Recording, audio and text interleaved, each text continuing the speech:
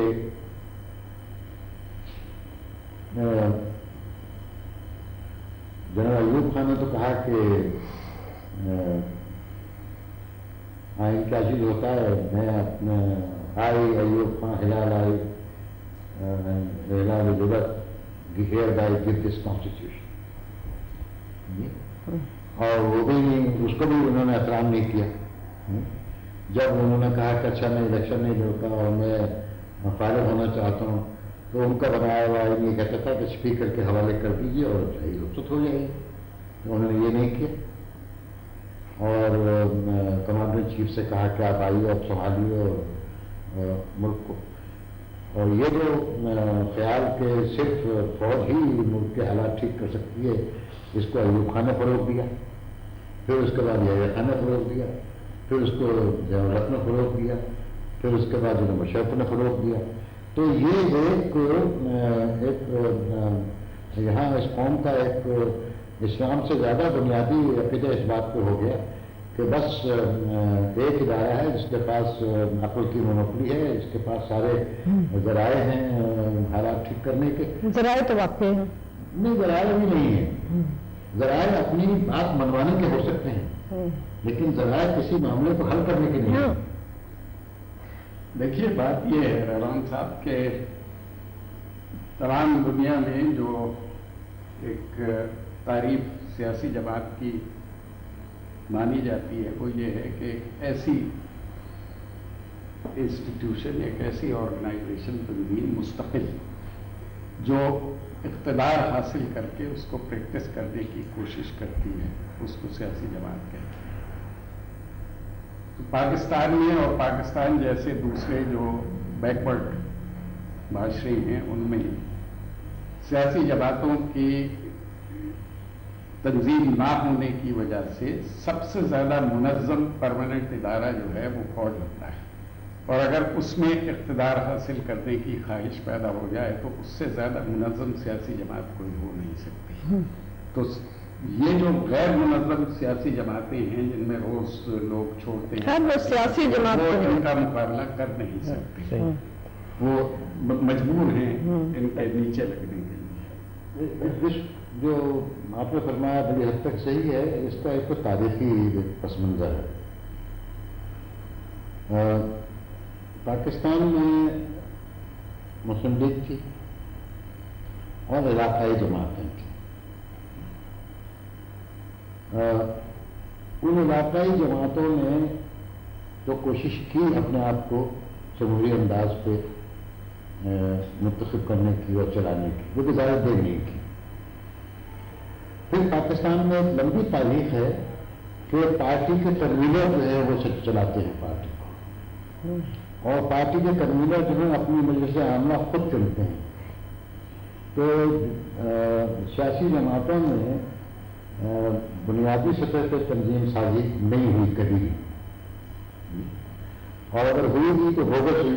جیسے Ayub Khan convention league کی جب حکومت سازی کی اور یہ اعلان کر دیا کہ جو اتنے نمبر لے آئے گا جن کی فیس 1 لاکھ روپیہ ہوگی تو وہ فلاں کاؤنسل کا آٹومیٹکلی رکن ہو جائے گا. تو 1 لاکھ ممبروں کو بنانے کے لیے زیادہ سے زیادہ 10-20 ہزار روپئے کا خرچہ ہے. چنانچہ لوگوں نے گولڈوں بھر کے نام بھیج دیے کہ یہ ہم نے ممبر بنا لیے، اور پتہ لگا کہ کنونشن مسلم لیگ کے اراکین کی تعداد پاکستان کی آبادی سے زیادہ ہے. تو یہ تماشا آپ نے کیا، باقی آپ نے نہیں کیا تھا. بنیادی سطح پر تنظیم سازی نہیں ہوئی. نچلی سطح سے اوپر تک مشورے کیسے جاتے ہیں، کیسے لوگوں کو دیا جاتا ہے، پھر الیکشن میں ٹکٹ کس طرح دیے جاتے ہیں. یہ خرابی مسلم لیگ نے شروع کی تھی. یعنی 1945 کے الیکشن میں بھی آخری سوال یہ ہوتا تھا کہ یہ آدمی جس کو ہم ٹکٹ دے رہے ہیں یا دینا یا مانگ رہا ہے یہ کامیاب ہو سکتا ہے یا نہیں، اس کی برادری ہے یا نہیں، اس کے ساتھ یہ ہے یا نہیں، اس کے پاس پیسے ہیں یا نہیں. یہ سب باتیں ہماری اس وقت کی بنیاد میں یہ شامل ہو گئی تھی. اور میں کئی مثالیں دے سکتا ہوں جب کئی لوگوں کو ٹکٹ نہیں دی گئی اس بات پہ کہ اس کی برادری نہیں ہے یا اس کے پاس پیسے نہیں ہیں. تو اب یہ سلسلہ ابھی تک چل رہا، سوائے ایک زمانے کے جب مشرقی پاکستان میں الیکشن ہوئے 1954 کے، اس میں یہ نہیں تھا، یا 1970 میں جو انتخابات ہوئے اس میں مغربی پاکستان میں بھی یہ نہیں چھڑی بات کہ پیسے والا ہو یا برادری والا ہو، کیونکہ صرف 1970 کے انتخابات تھے جو کسی واضح پروگرام کی بنیاد پر لڑے گئے تھے جس میں لوگوں کو اٹریکٹ کرنے کی صلاحیت تھی اور اس پہ انہوں نے ووٹ دی. اس میں ابھی 3 قسم کی پارٹیاں حصہ لے رہی تھیں. رحمان صاحب 63 پارٹیوں نے حصہ لیا تھا 1970 کے انتخاب میں، اور ان کے 3 گروپ تھے.